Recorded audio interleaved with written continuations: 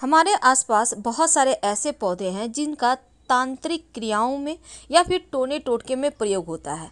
लेकिन आज हम जिस पौधे के बारे में बताएंगे, ये पौधा मनोकामनाओं की पूर्ति करने वाला पौधा है। इस पौधे को साक्षात गणेश जी का स्वरूप या फिर ऐसा समझ ले कि शिव जी का सबसे पसंदीदा पौधा है ये मदार, जिसको हम आक भी कहते हैं।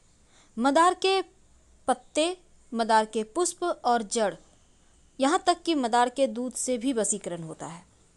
आज हम आपको 3 प्रयोग बताएंगे जिससे आप शत्रु पर आप ये प्रयोग कर सकते हैं। शत्रु शांत हो जाएगा, वो बस में हो जाएगा।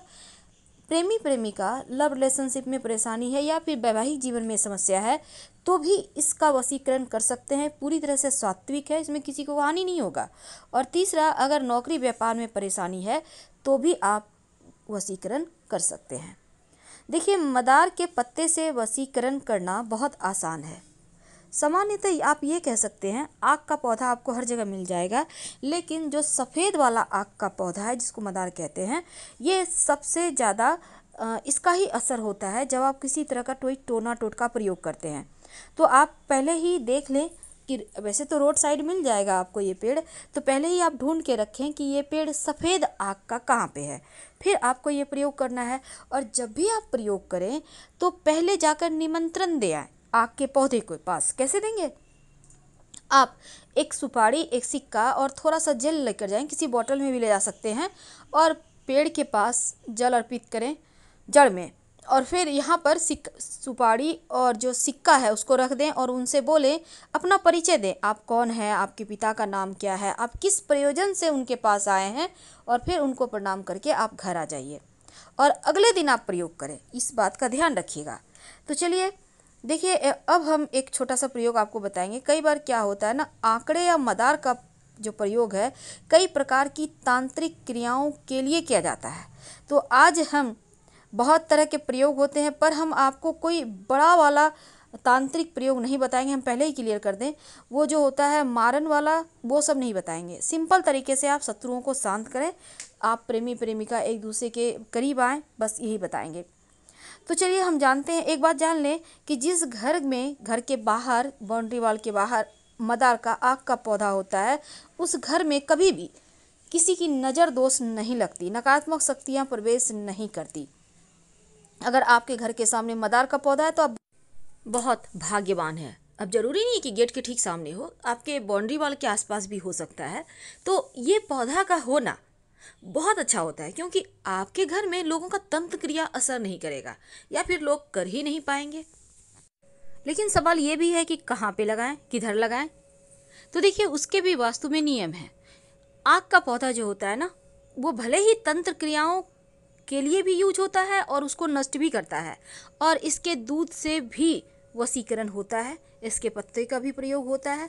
तो चलिए आज हम बहुत सारी बातें करेंगे, लेकिन एक बात खास, मदार का पौधा जब भी लगाएं, घर के मुख्य दरवाजे के बाहर दाहिने तरफ। एक और बात, जब भी आप कोई टोना टोटका करते हैं तो शनिवार को ज़्यादा अच्छा रहेगा करना। और पहली बात, आपको शुक्रवार के दिन ही निमंत्रण देकर आना होगा।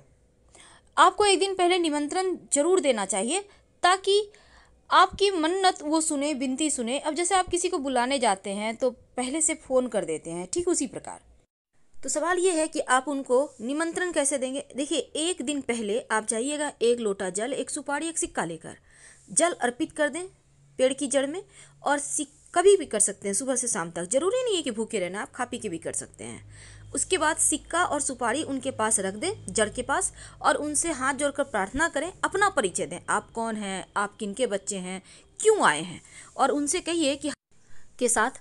तो सबसे पहले तो आप पहले से निमंत्रण दे के रखिए मदार के पेड़ को, आक के पौधे को।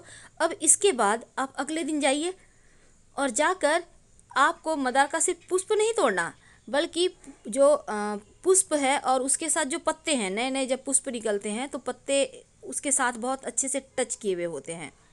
तो आपको, या बड़े भी खिले हुए पुष्प हैं तो कोई बात नहीं, बस ये कोशिश करना है कि पत्ते भी आपको लेकर आना है। अब इसको लाकर आप, पत्ते और पुष्प लगा हुआ ही रहे, टूटे, उसको तोड़ना नहीं है। अब लाकर हनुमान जी के मंदिर में जाइए। अब हनुमान जी के जो चरणों में सिंदूर होता है, आप उसको थोड़ा सा उंगली से लें और लेकर अपने और उस व्यक्ति का नाम लिखें जिसके साथ आपको रिश्ते बेहतर करने हैं। यानी आप लव का भी नाम लिख सकते हैं यहाँ पर और जीवन साथी का भी नाम लिख सकते हैं। जिसको भी बस में करना चाहते हैं उसका नाम लिखिए हनुमान जी के चरणों के सिंदूर से। अब इसके बाद मौली धागा के द्वारा दोनों जो आपके जो पत्ते हैं ना, पुष्प को अंदर रखना है और पत्ते चारों तरफ से उसको कवर करके मौली धागा के सारे बांध दें और जो लिखिएगा वो पत्ते पर लिखना है। वशीकरण हो जाता है और ये प्रचंड वशीकरण है। इसको करने के बाद आप कहीं मिट्टी में दबा दें, पीछे मुड़कर मत देखिएगा, कभी भी खाली नहीं जाएगा। अब हम आपको एक छोटा सा प्रयोग बताएंगे। जब शत्रु विरोधी ज़्यादा परेशान करे, जब आपको लगे कि यहाँ से बाहर नहीं निकल पा रहे, शत्रु बहुत परेशान कर रहे हैं, तब एक छोटा सा काम कीजिए। आपको यहाँ भी निमंत्रण देना है पहले से, इस बात का याद रखिएगा। अब आपको ये प्रयोग देखिए, जो शत्रु है उसी के ऊपर कीजिएगा। आपको सफ़ेद वाला आक का पौधा है, वहाँ पर आप जाइए। अब पत्ते तोड़िए पौधे के और पत्ते से जो दूध निकलता है उस दूध से आक के पत्ते पर शत्रु का नाम लिखिए। यानी कि आक के पत्ते पर, मदार के पत्ते पर ही मदार के दूध से शत्रु का नाम लिखें और फिर इस पत्ते को वहीं पर ज़मीन के अंदर पेड़ के पास ही गड्ढा करके दबा दें और मिट्टी ढक दें। शत्रु बस में हो जाएगा, शत्रु शांत हो जाएगा और आप फिर परेशान नहीं होंगे। वैसे ये प्रयोग एक ही बार में काम करता है। संभव हो तो जैसे ग्रहण होता है, पूर्णिमा है, अमावस्या है, शनिवार है, इन सभी दिनों में अगर ये प्रयोग करें तो वो ज़्यादा असर करेंगे, जल्दी अपना असर दिखाएंगे। ज्योतिष के अंदर यहाँ तक माना जाता है कि अगर आप मदार की जड़ को ताबीज के अंदर रखकर, यानी सफ़ेद मदार की जड़ ताबीज के अंदर रखकर काले धागे में बांधकर गले में या बाह में धारण करें तो आप पर कोई कितना बड़ा भी तांत्रिक प्रयोग किया होगा वो समाप्त हो जाएगा। तो अगर आपको भी लगता है आपके घर के आसपास किसी ने कुछ किया है तो ये प्रयोग कर सकते हैं और 1 महीना के बाद मिट्टी में दबा दें। तो चलिए सबसे अंत में एक खास उपाय। कई बार क्या होता है, आपके ऑफिस में, आपके व्यवसाय स्थल पर लोग बहुत परेशान करते हैं, कई बार घर में भी लोग परेशान करते हैं। तो ऐसे में एक छोटा सा काम कीजिए। आक के मदार के पत्ते से ये भी वशीकरण होता है, लोग परेशान नहीं करेंगे। तो आपको मदार के पेड़ की जड़ किसी भी शनिवार के दिन थोड़ा सा तोड़ कर ले आइए, लेकिन पहले शुक्रवार की शाम निमंत्रण दे आइएगा। और इसके साथ ही एक पत्ता भी तोड़ कर ले आइए, आक का जड़ थोड़ा सा और एक पत्ता। अब इसको मदार के जो पत्ते हैं और जड़ है इसको ले आइए। अब इनको पीस लीजिए अच्छे से और फिर किसी मदार के पत्ते को धोकर, यानी कि जो जड़ है उसको पीस लिया, अब मदार के पत्ते को धो लीजिए, उसके ऊपर जड़ को थोड़ा सा घी के साथ रखिए। अब इसका आप तिलक कर सकते हैं, जिसके भी सामने जाएंगे वो बस में हो जाएगा। आप चाहें तो मदार के पत्ते भी पीस लें, मदार का जड़, मदार का पत्ता और थोड़ा सा घी मिक्स करके। ये प्रचंड वशीकरण है। आपके नौकरी रोजगार में भी आपको समस्या नहीं आएगी, कोई भी आपके सामने टिक नहीं पाएगा और ये वशीकरण तिलक है। वैसे तो आप वशीकरण के लिए यहाँ पर आप चाहें तो लाजवंती के पौधे का जड़ भी डालकर, पीसकर डालकर आप प्रयोग कर सकते हैं, इससे भी वशीकरण होता है। तो छोटे छोटे प्रयोग हैं पर इसके असर आपको बहुत लंबे समय तक दिखेंगे। अब देखिए, सफ़ेद मदार की जड़ और पत्ते से जो वशीकरण होता है वो कभी खाली नहीं जाता। तो अगर आप एक छोटा सा प्रयोग करें, जैसे कि एक सफ़ेद का मदार का एक पत्ता तोड़ कर ले आए और पत्ते को घर के बाहर कोने में दबा दें। जब भी कीजिएगा बस चुप रहना है। अब ये नहीं कि बातचीत कर रहे हैं, प्रयोग कर रहे हैं, बिल्कुल ऐसा ना करें। चुपके से करना होता है टोटका, जैसे कोई टोके नहीं, बातचीत ना करें। और शत्रु वाला आप उपाय जरूर कर लीजिए।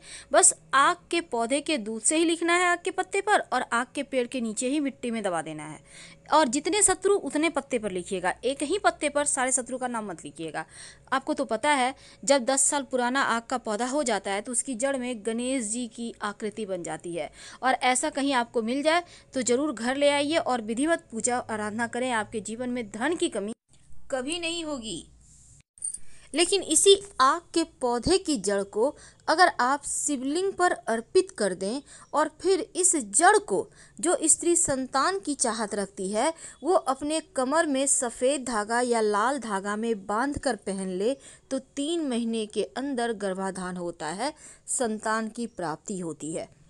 तो ये प्रयोग वैसे तो आप किसी भी पुष्य नक्षत्र में कर सकते हैं, नहीं तो किसी भी सोमवार को शुक्ल पक्ष की